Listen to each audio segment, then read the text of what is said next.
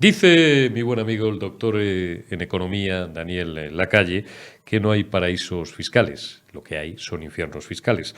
Lo dice, creo que prácticamente en la práctica totalidad de sus obras, en todos sus libros, desde el primero, que fue un grandísimo éxito de ventas y le consagró como autor de éxito, Nosotros los mercados, en otros también particularmente interesantes, dentro de que todos los que ha publicado lo son, como el que lleva por título Cómo acabar con el paro, o el último que presenta mañana la Fundación Rafael del Pino y del cual habéis tenido noticia en una entrevista que le ha hecho ya nuestro director Alfonso Rojo para la segunda dosis, cómo optimizar tu dinero. España es un infierno fiscal, pero es un infierno de los de ovación y vuelta al ruedo, porque hay países y países. Y el nuestro tiene el dudoso honor, no lo decimos nosotros, lo dice Bruselas, de ser el único que no solamente no ha aliviado las cargas impositivas que sufren los ciudadanos, los autónomos, los pequeños empresarios, los trabajadores por cuenta ajena durante esta maldita desgracia, cuyo nombre ya sabéis que no podemos pronunciar por este medio, sino que las ha incrementado. Y que dedicamos, esto lo dice la OCDE, casi el 40%, el 39,8% de nuestros ingresos a pagar impuestos, a ese estado cleptocrático y depredador que sufrimos. Lejos de cortarse un pelo, los gobernantes socialcomunistas, que como malos políticos que son, miden su poder como otros miden su poderío en otras cosas, estos lo miden en la cantidad de pasta que recaudan y la cantidad de presupuesto que manejan, amenazan con más figuras impositivas, con más tasas, con más rejón para los ciudadanos. Y eso sí, con la parte ancha del embudo para ellos. Impuestos a los plásticos, impuestos, nuevas figuras impositivas, al medio ambiente, a las carreteras, al diésel, a la madre que parió a Paneque. Pues que tanden. ¿Hasta cuándo?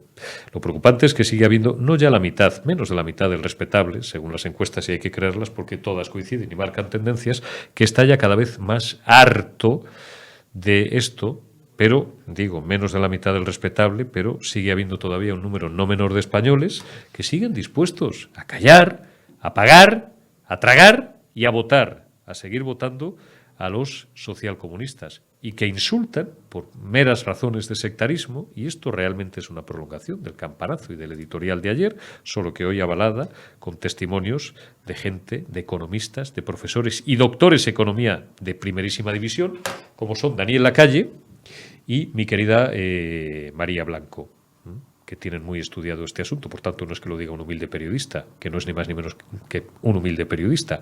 Lo dice Lacalle, lo dice María Blanco, lo dice Juan Ramón Rayo, y lo dicen pues todos los economistas que siguen conservando un cierto sentido común.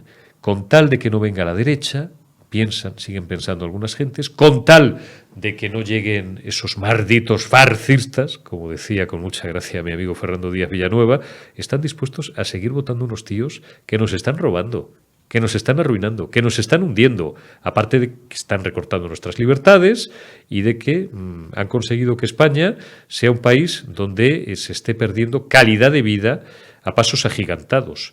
Todo eso que habíamos empezado a ganar en los 80 y parte de los 90, sobre todo a mediados de los 90, cuando el felipismo ya no da más de sí, y coge José María Aznar y todo su equipo, aquel primer equipo de Aznar, las rendas del gobierno, todo lo que habíamos ganado en aquellos años, lo estamos perdiendo a marchas forzadas. Y no es la culpa de esta desgracia que hemos vivido sanitaria durante 2 años. No es la culpa de Putin. La culpa es de unos tíos que son a partes iguales ineptos y sectarios. Nadia Calviño, que era la estudiada, la preparada del gobierno, pues ahí la ven, se podía haber quedado en Bruselas. Yolanda, que no es ni más ni menos que una, con todos los respetos, que una humilde, triste, no porque la buena señora sea triste, sino porque es una más, profesora de Derecho del Trabajo, punto y final.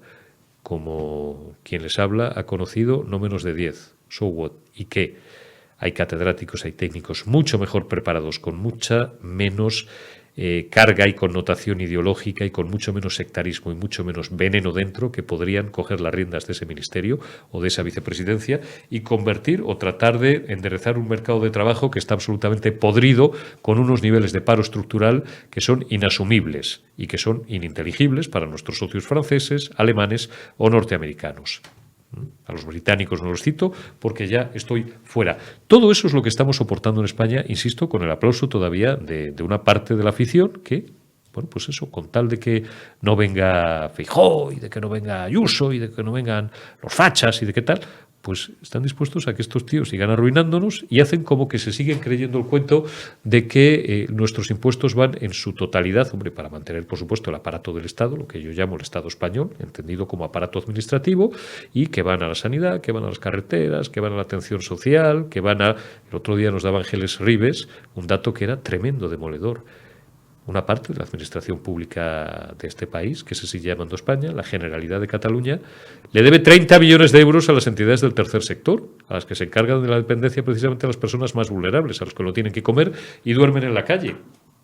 ¿Ustedes creen que el señor Per Aragonés o su consejero de Economía y Hacienda le han girado un cheque?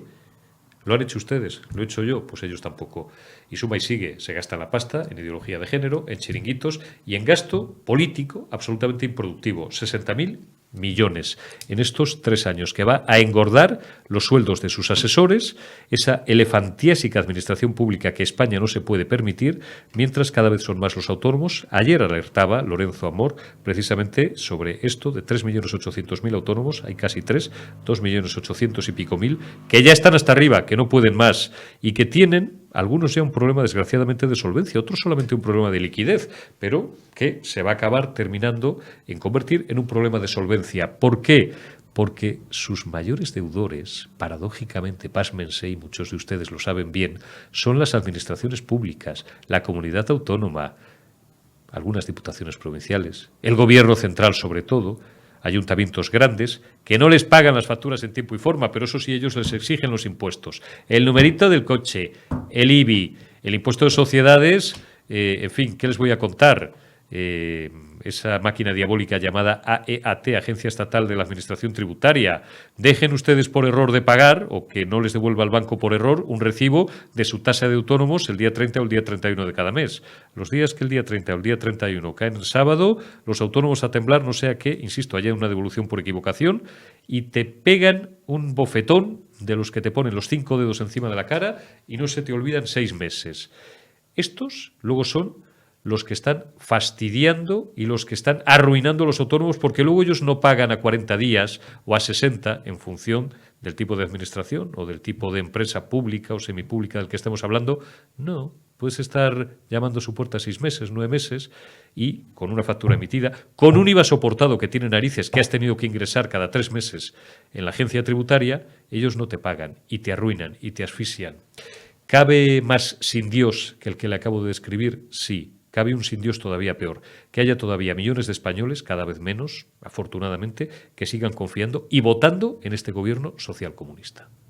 Saludamos a nuestro primer invitado de esta noche en la retaguardia en Periodista Digital Televisión. Saludamos, todos le conocéis muy bien, al doctor en Economía, profesor, escritor, conferenciante, tertuliano de éxito, autor de numerosísimos libros y amigo de esta casa. Daniel Lacalle, muy buenas noches, ¿cómo estás? Muy buenas noches, ¿qué tal? ¿Qué tal? Oye, queríamos comentar contigo, siquiera unos minutos, una información que ha publicado hoy el diario.es, que dirige Ignacio Escolar, y que se titula de la manera siguiente. El título ya, a mi entender, es Dinamita para los pollos, como diría un castizo. Daniel Lacalle obtuvo un doctorado cum laude con una tesis plagiada de copia y pega de textos ajenos y propios.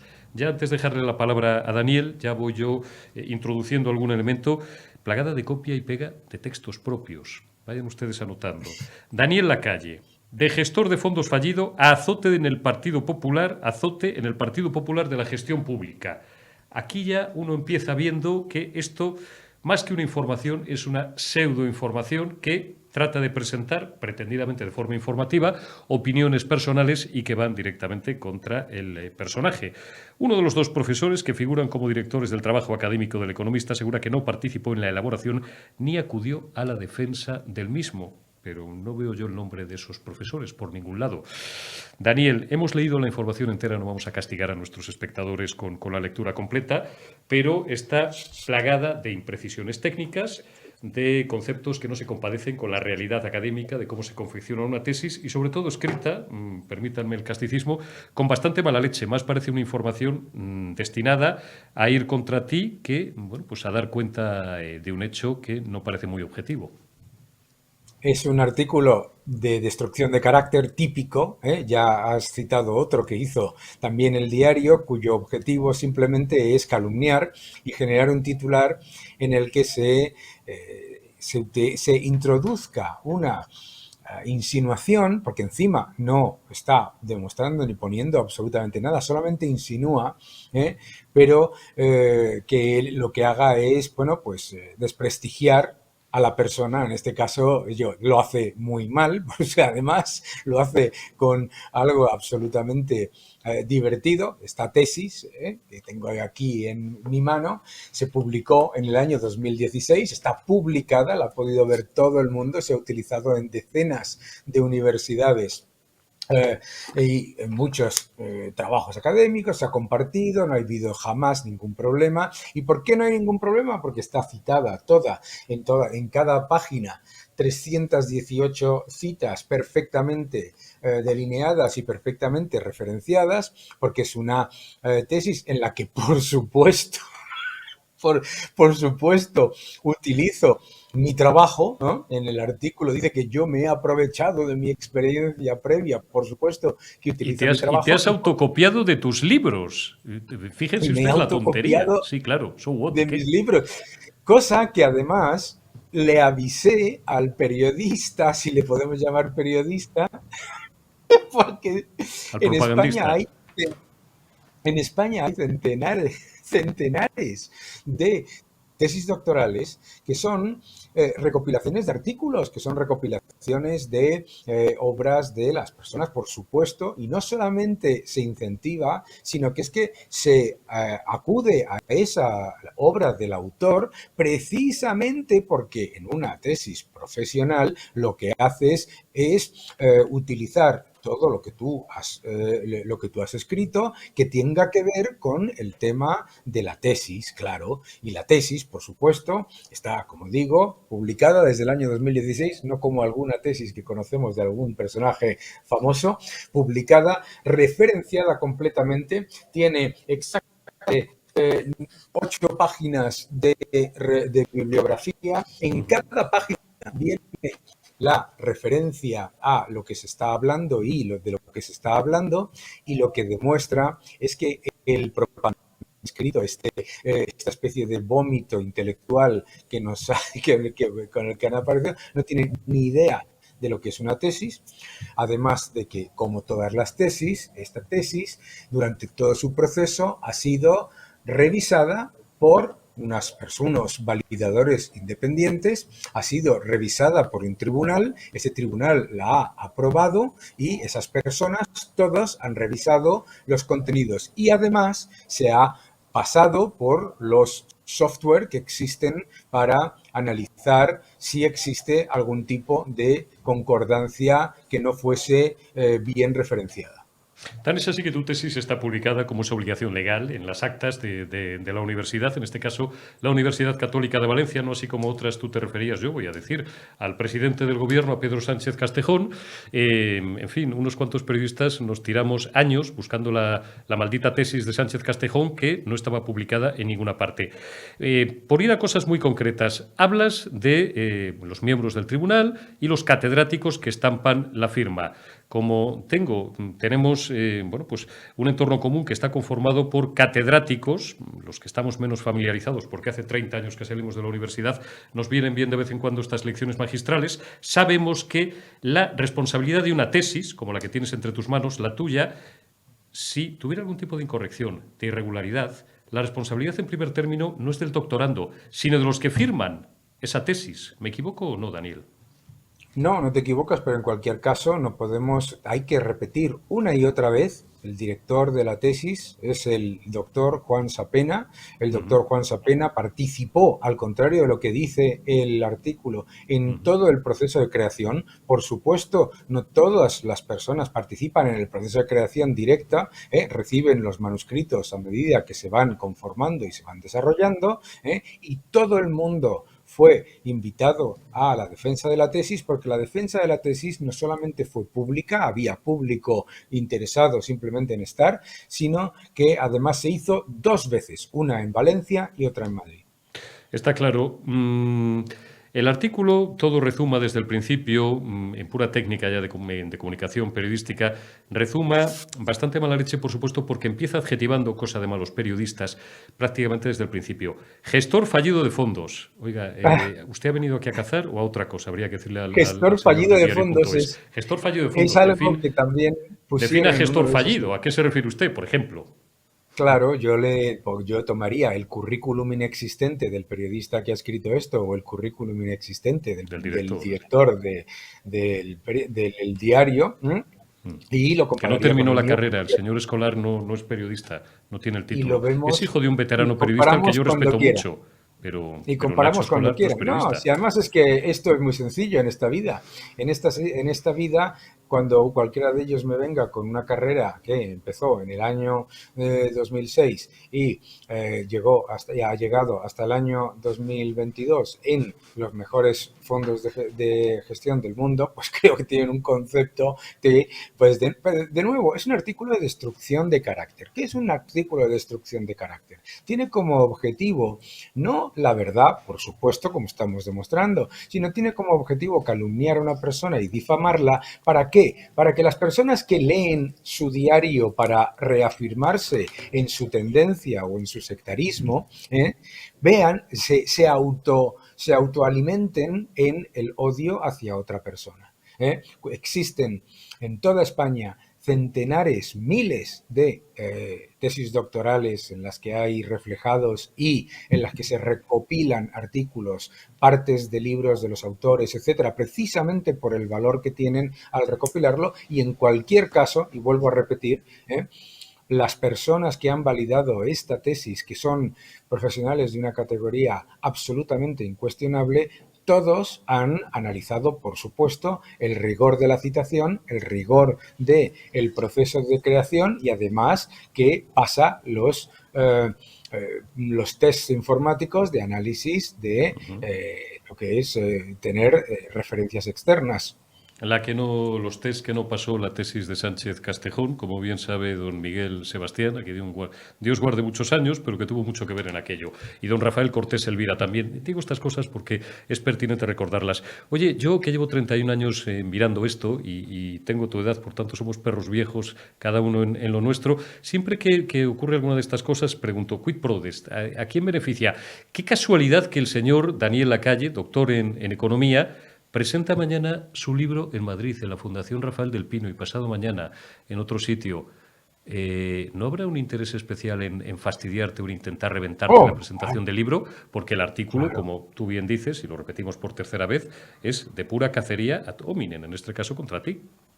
Claro, obviamente, claro, es un artículo de destrucción de carácter con el objetivo de hacer daño, calumniar y difamar a una persona utilizando insinuaciones, porque lo más triste y cobarde de todo el artículo es que está perfectamente puesto con insinuaciones, no hace acusaciones en ningún sitio, para que no tenga acciones legales. Porque si no las habría tomado yo inmediatamente. Claro, Eso es claro, lo más cobarde, claro. es tirar la piedra, esconder la mano y decir, no, si yo se lo he puesto. No pone de todas las explicaciones que le dio el director de la tesis al periodista, no pone prácticamente nada. De las explicaciones que ha dado el presidente del tribunal, de las explicaciones que les ha dado abiertamente, no está poniendo absolutamente nada. Lo que utiliza es la técnica de destrucción de carácter, que es la de poner encima de la mesa. Y vuelvo a repetir una cosa, en este país, poner en cuestión el trabajo de validación independiente que hacen personas que no tienen nada que ver conmigo en una tesis doctoral es, cuando menos, absoluta y totalmente torticero y falsario, por supuesto. El artículo es de los que en periodismo decimos en jerga periodística de alguien ha matado a alguien, ¿no? Y entonces yo dejo caer, no preciso, evito, como dice Daniel Lacalle, las posibles acciones legales, pero, con perdón, bueno, iba a decir otra cosa, embarro el terreno de juego, que algo queda.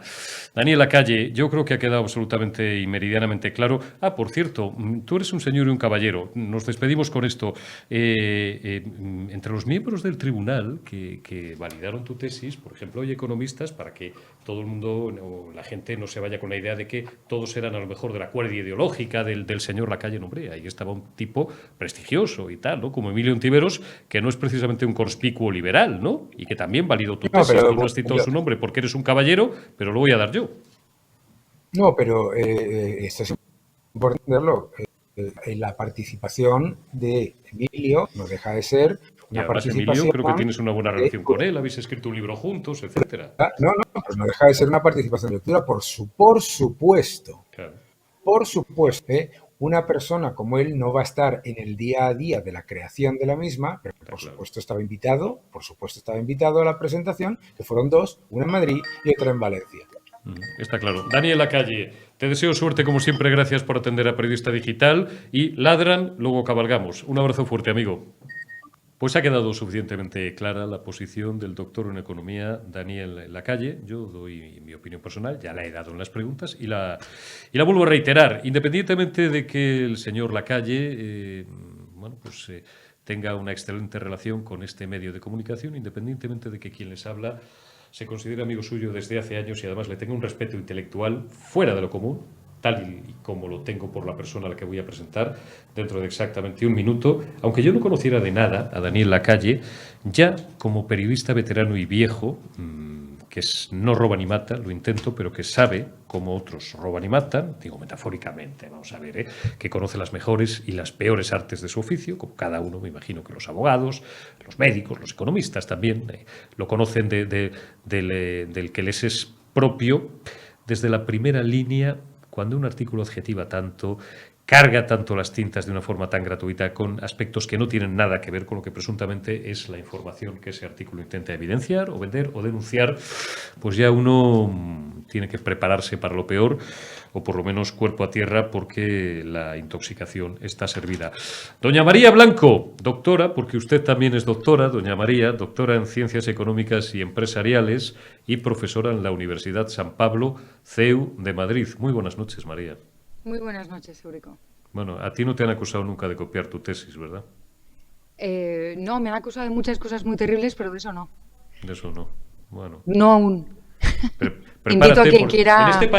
Invito a quien quiera que coja mi tesis. Oye, en este país, yo no, porque yo no he hecho tesis, porque yo no miento, pero he hecho otras cosas, no sé si mejores o peores. En este país, A, si no te espía alguien, o 5 o 6 a la vez. B, si no te acusan de haber copiado tu tesis. C, si no te llaman fascista 2 o 3 veces antes de las 10 de la mañana, que sepas, amiga mía, que no eres nadie.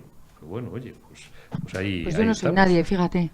Hay que seguir luchando, ¿no? Me insulta un poco, estoy celosa, me insulta un poco. Estás preocupada, ¿no? Estás que no vives. Oye, María, yo quiero hablar contigo de infierno fiscal. Te lo voy a poner fácil y fíjate si te doy, a ti que te gusta el esquí como a mí, si te doy facilidades, te doy casi pista negra si quieres y te atreves para deslizarte. ¿Por qué España es un infierno fiscal? Bueno, España es un infierno fiscal porque trabajamos para el gobierno la mayor parte del año casi, ¿no?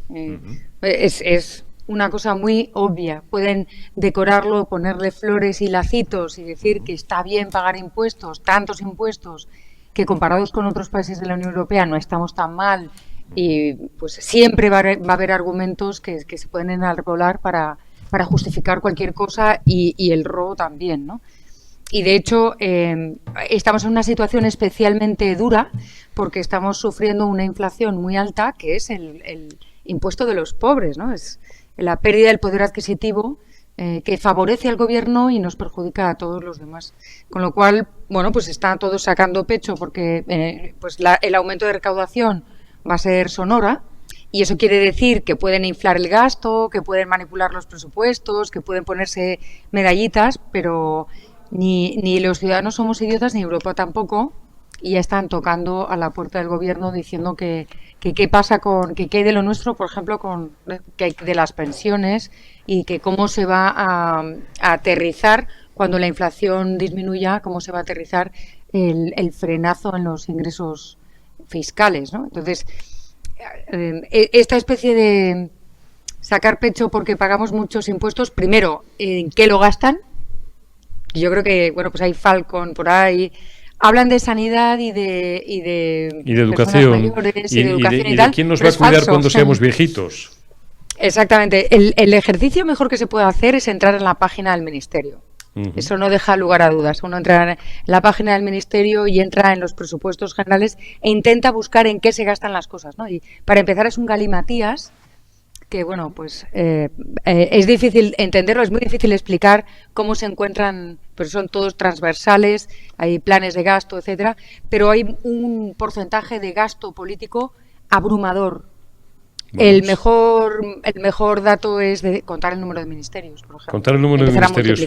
22 más presidencia del gobierno, 23. Ya dábamos el dato el otro día, lo dábamos tú y yo, lo había dado nuestro amigo Mario Garcés, hace un par de semanas o 3, 60.000 millones se había disparado el gasto público y no productivo, como tú subrayabas, esto me lo contó un día Garcés, y recuerdo que tú estuviste aquí conmigo al día siguiente, no productivo, sí. Es decir, gasto absolutamente ineficaz, ineficiente y, bueno, lamento ponerme a veces un poco underground, pues para satisfacer la mayor gloria de las mamandurrias. Ojalá fuera todo en sanidad, en educación, como dice la profesora Blanco, y en algunas cosas más. Por un lado está el aspecto de esa presión fiscal absolutamente asfixiante que soportamos. Por otro lado, María, y esto a veces tiende a olvidarse, la doble, la triple, la cuádruple imposición que sufrimos a veces. Nuestros padres se han tirado toda la vida fastidiados, los tuyos y los míos, décadas ahorrando con el malvado dictador para comprar una residencia habitual, que la heredamos luego los hijos, o una residencia habitual y una casa en la playa o dos, o en el pueblo y tal, fruto de toda una vida de trabajo. Y vamos nosotros, y para recuperar esa herencia tenemos que pagar en comunidades, como ha ocurrido históricamente en la andaluza, hasta que llegaron a gobernar los señores del Partido Popular, y todavía en coalición con Ciudadanos, y dentro de unos meses con Vox, han llegado hasta el 25, hasta el 30% de sucesiones, de donaciones, y si te lo ceden en vida es peor, porque hay mucha gente que piensa que ceder las herencias en vida pues te sale bien fiscalmente.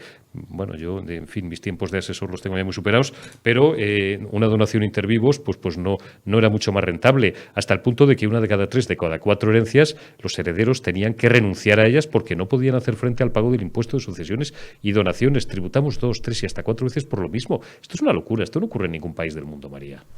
Y además hay una cosa peor, no solamente que no ocurre en ningún país del mundo, de hecho el impuesto de sucesiones y donaciones es un vestigio del pasado, es una reliquia que seguimos manteniendo, ¿no? No solamente eso, sino que además hay una clara división entre los ciudadanos de primera y los ciudadanos de segunda, los trabajadores de primera y los trabajadores de segunda. Y es de ayer o antes de ayer la noticia de que se van a crear un número como de 30.000 nuevos funcionarios, ¿no? Que es una barbaridad por muchísimas razones, pero como estamos hablando de impuestos, bueno, pues necesitamos 3 trabajadores del sector privado para mantener a cada funcionario, eso uno.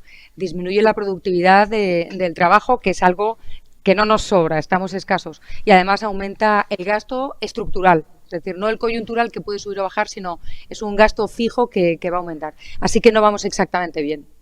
No vamos bien, y no será porque Europa, profesora, no nos lo ha advertido por activa, por pasiva y por perifrástica, pero estos de Europa se quedan con la copla que les interesa y la otra la obvian. Y no solo la obvian, sino que no la cuentan, además, en los medios. Ahora que no nos oye nadie, voy a defender un poco a Europa. No, a lo mejor solo nos oyen 100 o 200.000 personas, pero dale. No debe ser nada fácil, lidiar con la caterva de dirigentes que tiene que lidiar la Comisión Europea. Es decir, sin rozar la soberanía de ninguno de los gobernantes y lidiar con alguien como Pedro Sánchez o como Nadia Calviño, incluso Nadia Calviño, que decían que era la mejor preparada, etcétera, tiene que ser complicado. Sí, tiene que ser difícil. la preparada, pero vamos a ver, o hacemos los deberes fiscalmente, no sé, yo este es el catecismo que he estudiado en los últimos meses, o hacíamos los deberes. Bueno, es verdad que el otro día ya, esto también es de la semana pasada, María, y lo comentábamos, han ampliado la barra libre en cuanto a deuda y a déficit un año más, ¿no?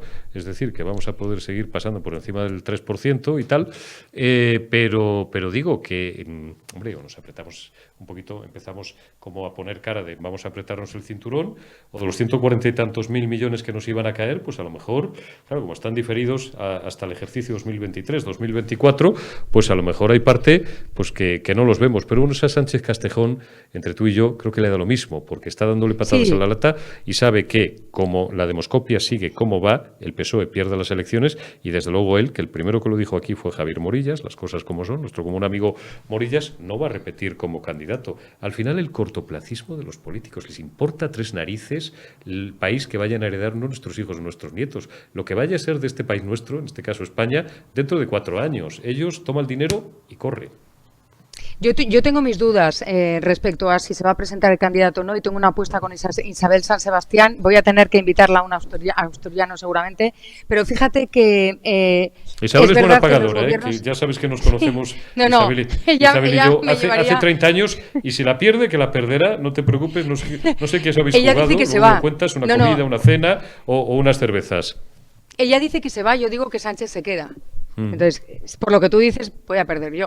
Entonces tendré que llevarla a un asturiano. Me da igual, el que va a ganar soy yo, porque ya me adoso yo a esa cena y o pagáis una o pagáis la otra. ¿Tú por qué crees que se queda?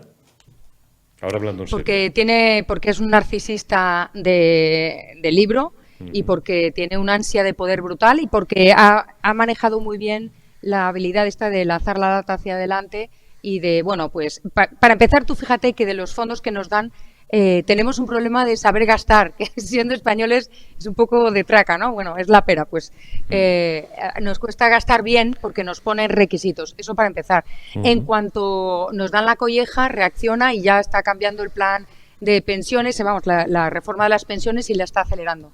Y todavía queda mucho. Confía en que sí, vamos a ser el furgón de cola, le echará la culpa al mambo, pero ahí seguiremos. Si no han echado a Grecia, no nos van a echar a nosotros y siempre puede echar la culpa a Europa o a cualquier otro ente, a los marcianos o a quien sea, ¿no? Entonces, yo me creería que intentara permanecer todavía un poquito más.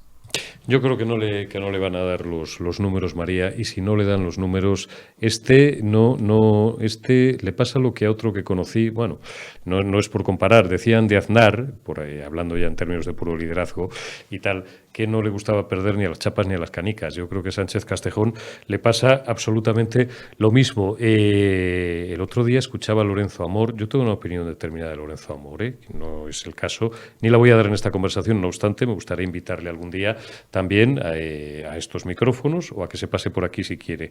Hablaba de los 3.800.000 autónomos, siempre al final los autónomos que hay en este país, que son empresarios también, y no de chistera y puro. Hay 2.800.000 que ahora mismo están en una situación de falta de liquidez, de no poder afrontar, están en una situación límite, muchos de ellos chapando, por seguir en términos castizos, pechando, como dicen los portugueses, sus negocios. Y además se da la paradoja, y esto no es nuevo, María, de que sus principales acreedores, ustedes saben, y si no se lo cuento yo, ¿saben quién es el principal acreedor del autónomo, del pequeño empresario, del tío que emite una factura, me da igual por un servicio, por un producto, por tal? La administración pública, las comunidades autónomas, los ayuntamientos, bueno, los ayuntamientos menos, pero no tienen dinero los hombres. Hay que oír a la gente de la Federación Española de Municipios. Las comunidades autónomas, las diputaciones provinciales, esas viejas viudas y damas negras del franquismo, y el gobierno central, que son los mismos tíos que luego te exigen en tiempo y forma el impuesto, y como te retrases un día en autónomos, porque el banco devuelve el recibo por error, te rejonean con un 20% o el recargo que corresponda, y encima hasta te pueden multar. Y son los mismos tíos que no te pagan a 30, a 60, 90, te puedes tirar, a pesar de lo que dice la ley, que ya sé lo que dice la ley, ahora creo que son 40 días, 40 o 60, 40 el caso de las administraciones públicas, te puedes tirar 6 meses para cobrar una factura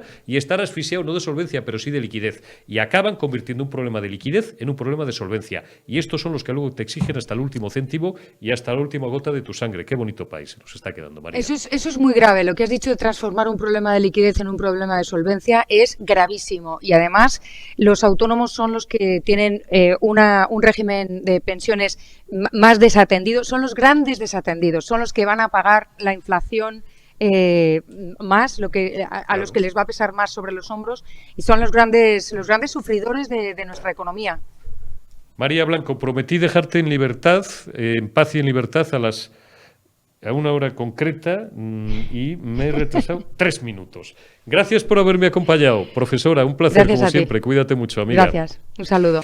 Pues interesantísima, como siempre, la charla con la profesora María Blanco, doctora en Ciencias Económicas y Empresariales, profesora de Historia del Pensamiento de las Ideas Económicas en la Universidad San Pablo CEU, que viene siempre a alertar de lo que humildemente otros, que no somos más ni menos que periodistas, pues les contamos prácticamente con carácter diario que España es un infierno fiscal, que pagamos 2, 3, 4 veces por lo mismo, que al autónomo le han triturado durante años, no durante décadas, y le van a seguir machacando. Y que lo llamativo es que sigue habiendo autónomos o personas, familias que se arruinan, que lloran de rabia por cerrar sus negocios y que les sigue pareciendo bien la política económica del gobierno social comunista. Bueno, palos a gusto no duelen, ¿no? Decía el refrán castellano. Vamos a terminar con nuestro último invitado de esta noche en La Retaguardia, en Periodista Digital Televisión, con el que vamos a seguir hablando de economía y vamos a terminar hablando de otro asunto que hoy me interesa mucho, que es la posición cobarde, traidora y antiespañola del PSC, del Partido Socialista de Cataluña. Pero vamos por partes. Les presento a nuestro último invitado, como digo, Eric Encinas. Muy buenas noches. ¿Cómo estás, amigo? Muy buenas noches, Eurico. Un placer estar en La Retaguardia, un gran programa, un programa de libertad en este panorama, ¿no? Que hay tanta, por desgracia, tanta censura, ¿no? Y tanto desprecio a la verdad, ¿no? Tanto desprecio a la verdad. Actual, ¿no? Eric Encinas, al igual que Josué, bueno, a Josué le conocéis más porque bueno, pues está en Madrid, está en el Congreso y digamos está tiene siempre, casi siempre sobre él el foco. Eric Encinas es otro joven valor del periodismo al que yo le eché el ojo pues hace aproximadamente un año y medio. Le conocí en otro canal de YouTube que aún no voy a nombrar aquí porque no lo merece, y es un periodista de Barcelona que, a pesar de su juventud, me encantará incorporarlo también a la escudería de La Retaguardia de Periodista Digital de vez en cuando, porque al igual que Josué es un tipo que, a pesar de su juventud, digo, tiene una lucidez, un sentido común, una cultura tremenda. Lo digo con respeto, pero de la que carecen buena parte de los jóvenes periodistas que se forman año tras año y van saliendo año tras año de las facultades y de las distintas universidades en las que se cursan estudios de comunicación y estudios de periodismo en España.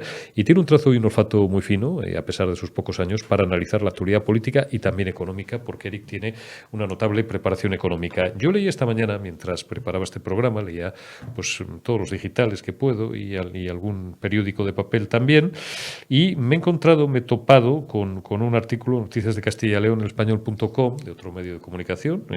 Un abrazo a los compañeros del Español y de Invertia, a mi amiga María Vega y a mi amigo Arturo Criado. Un artículo de Eric Encinas, una columna de opinión. España es un infierno fiscal, dice Eric Encinas. Claro, pues si es que no somos originales. Era la conversación que teníamos con la profesora María Blanco y el titular que hemos elegido para este programa. Pero es que es la realidad, es lo que hay, que no tiene fin. Los españoles, dice Eric Encinas, se han convertido en los mayores pagadores de impuestos de la Unión Europea, sin darse cuenta, porque a menudo las instituciones públicas les van subiendo las distintas figuras impositivas sin consultarles y de manera dispar, que este es otro, en fin, con María no hemos tocado este aspecto, pero contigo lo puedo tocar. Uno no paga impuestos de forma, digamos, homogénea si vive en Extremadura, en Cataluña, en Madrid, en Baleares o en Galicia, esto lo sabemos, ¿no? Sino que en función de la comunidad en la que residas, pues se incumple ese precepto constitucional que dice que todos los españoles debemos ser, somos iguales ante la ley. Somos, en la teoría, en la letra de la Carta Magna. En la actualidad, das el dato, que lo conocíamos ya ayer por distintos informes, de que el Estado se queda en impuestos y cotizaciones casi un 40%, un 39,8%, creo recordar, un 39,6%, un 39,8% de la retribución de cada trabajador español. Una auténtica barbaridad, Eric.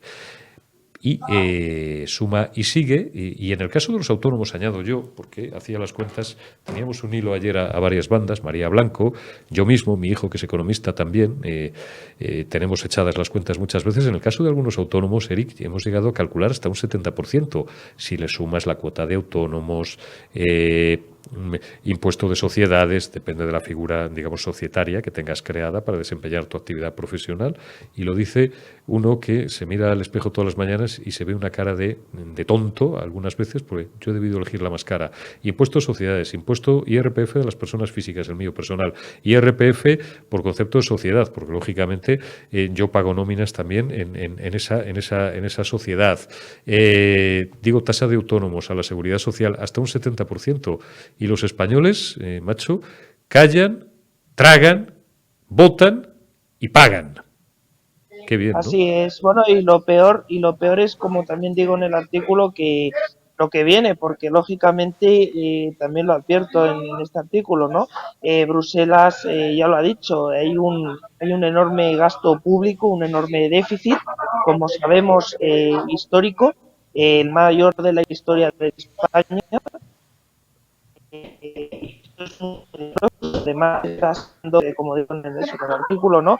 El gobierno, una dirección contraria, el gobierno socialcomunista, una dirección contraria a lo que hacen otros países, subiendo impuestos a los españoles, a todas las clases medias y bajas, porque son las que realmente pueden hacer que este país pues pueda remontar, ¿no? Porque son la mayoría, es decir, entonces es como que se muere de la cola, ¿no? Si realmente España está siguiendo una política fiscal, convertido en un expolio fiscal, y las autovías también, todas las autovías del Estado, a partir de 2024, de cara a 2024, van a haber peajes, es decir, o sea, vamos de las autovías, incluido más impuestos al diésel, más impuestos también al tema de los residuos, ¿no? Relacionados con el medio ambiente, en fin, que van a haber impuestos, digamos, para todo. Y has mencionado un punto que me parece muy, muy importante, ¿no? El del tema de las autonomías. Luego están los impuestos por autonomías. Como sabéis, el hecho de que haya 17 autonomías pues, provoca desigualdades entre regiones españolas. Por ejemplo, que el impuesto de sucesiones en Cataluña pues se paga y alto, y por ejemplo en Madrid no se está pagando, ¿no? Y que además es un impuesto ilegal, que lo dijo así un tribunal europeo, y se está pagando. Pero bueno, ¿qué decir, ¿no? de esta Cataluña que también quiere hablar, ¿no? del tema del español, ¿no? De cómo se ataca al español día tras día, ¿no? De si se recortan libertades, ¿no? El 25% de español que ha dicho el tribunal. Sí, vamos, permíteme que para que no se nos pierdan los espectadores, sí. Hacemos aquí, digamos, un punto y seguido en la conversación, porque el otro input que yo quería tratar, aunque sea de forma muy picada contigo, es, y esto ya dejamos la economía y vamos a la política, es esa famosa sentencia, que han emitido varias instancias el Tribunal Superior de Justicia de Cataluña, por supuesto, fue la última que lo hizo hace, pues yo creo, 3-4 semanas, que fue el día que estuvo con nosotros aquí, por cierto, Julia Calvet, de Sacabat, una chica jovencísima, pero valiente, y bueno, pues que nos dejó absolutamente fascinados por su claridad expositiva, ¿no? El Tribunal Superior de Justicia de Cataluña reconoce que el castellano tiene que ser lengua, al menos en el 25%, lengua cooficial, lengua vehicular.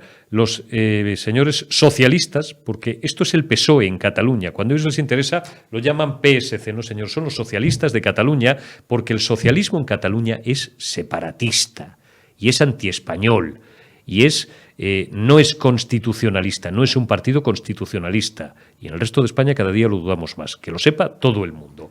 Y han aceptado un cambio nominativo, Eric, y dice encima Salvador Illa, el primer secretario del PSC, es decir, el responsable del PSOE en Cataluña, que venía de ser ministro del PSOE antes de las autonómicas catalanas, que esto no es una forma de burlar la ley ni las sentencias judiciales, pero que hay que hablar, que hay que negociar, que hay que darles estas concesiones. Los socialistas como brazo político de la discriminación del castellano en Cataluña.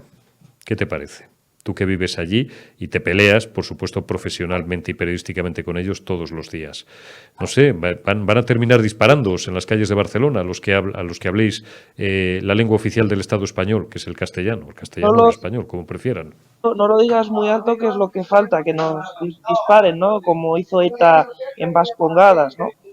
Pero desde luego es así, es una vergüenza, es una dictadura, la verdad, lingüística, lo que hay en Cataluña.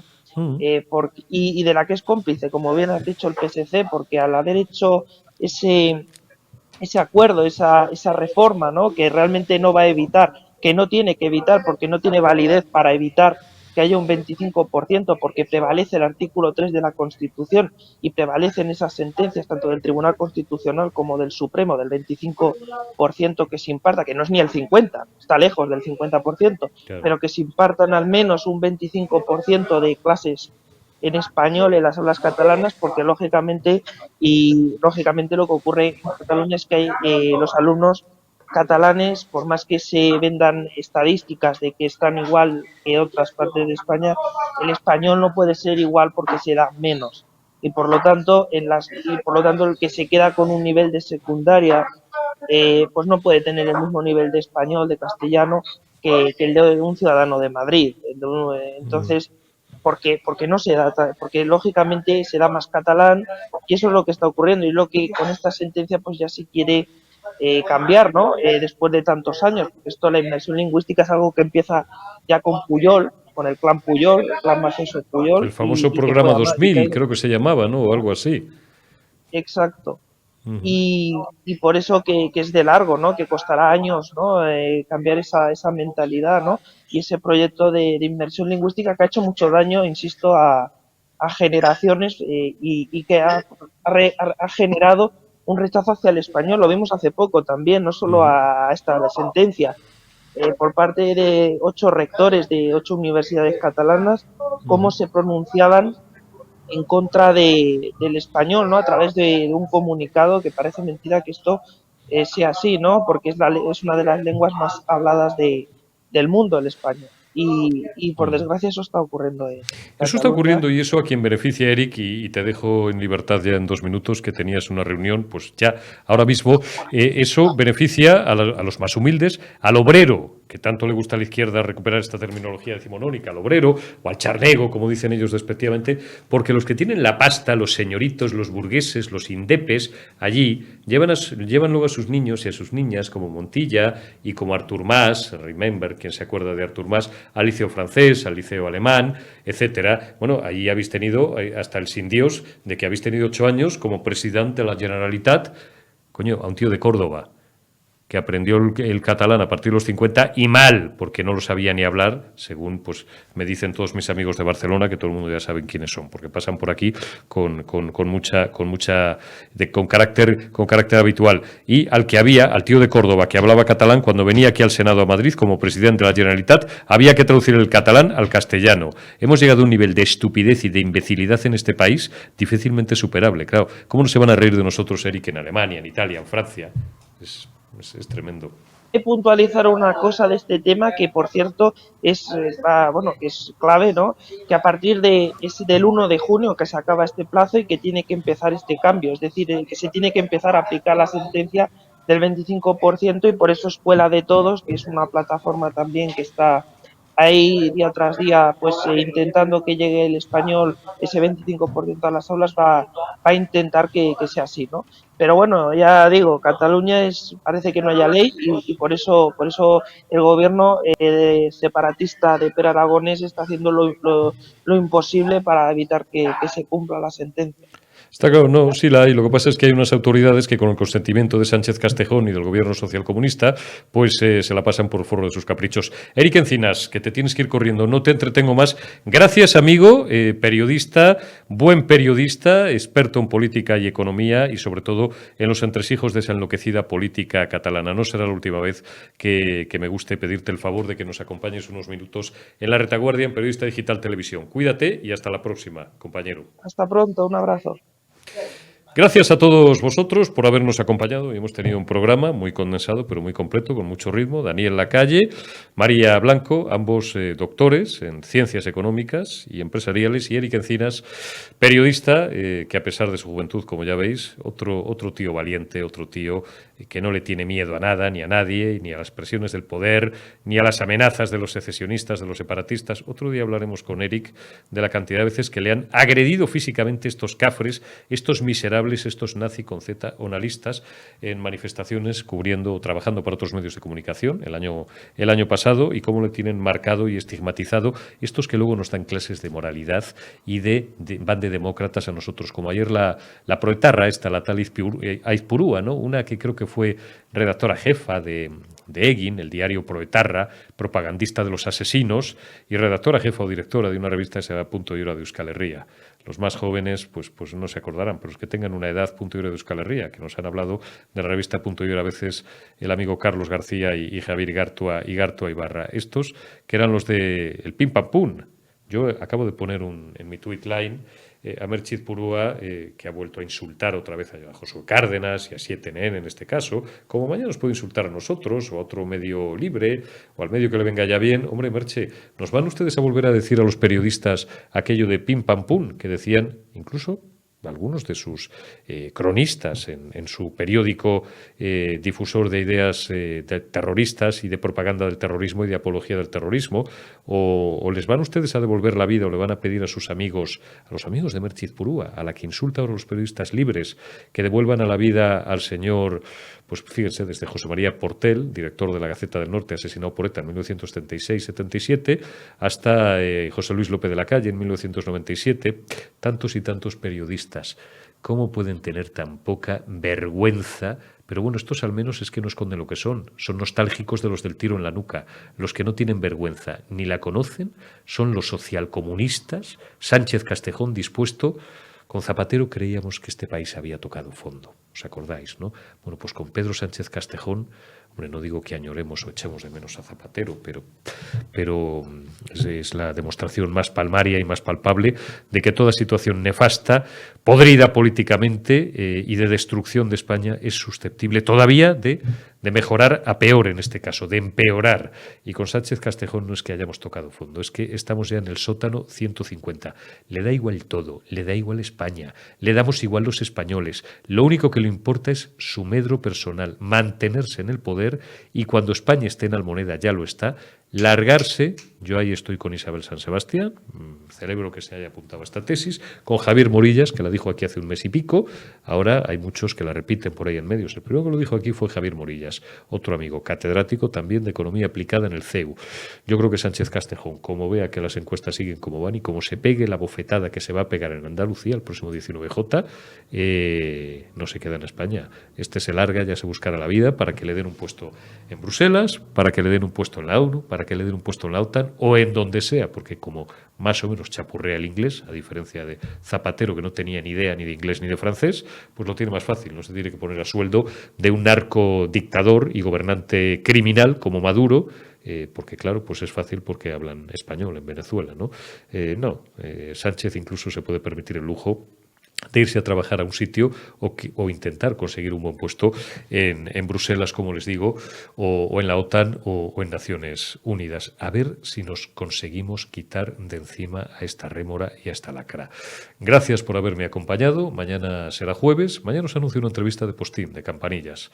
Os la íbamos a haber ofrecido hoy, pero la actualidad manda y hoy hemos preferido derivar hacia asuntos económicos, como habéis visto, pero mañana, sin falta, os vamos a presentar a una gran actriz, a una histórica actriz, pero que todavía sigue teniendo mucho arte en la sangre y en las venas y que nos sigue deleitando con sus obras de teatro, Ballenas Asesinas, que es la que está representando, y con sus participaciones en distintas series de televisión. Mañana voy a tener el placer de entrevistar para vosotros a María Casal. Cuidaos y hasta mañana.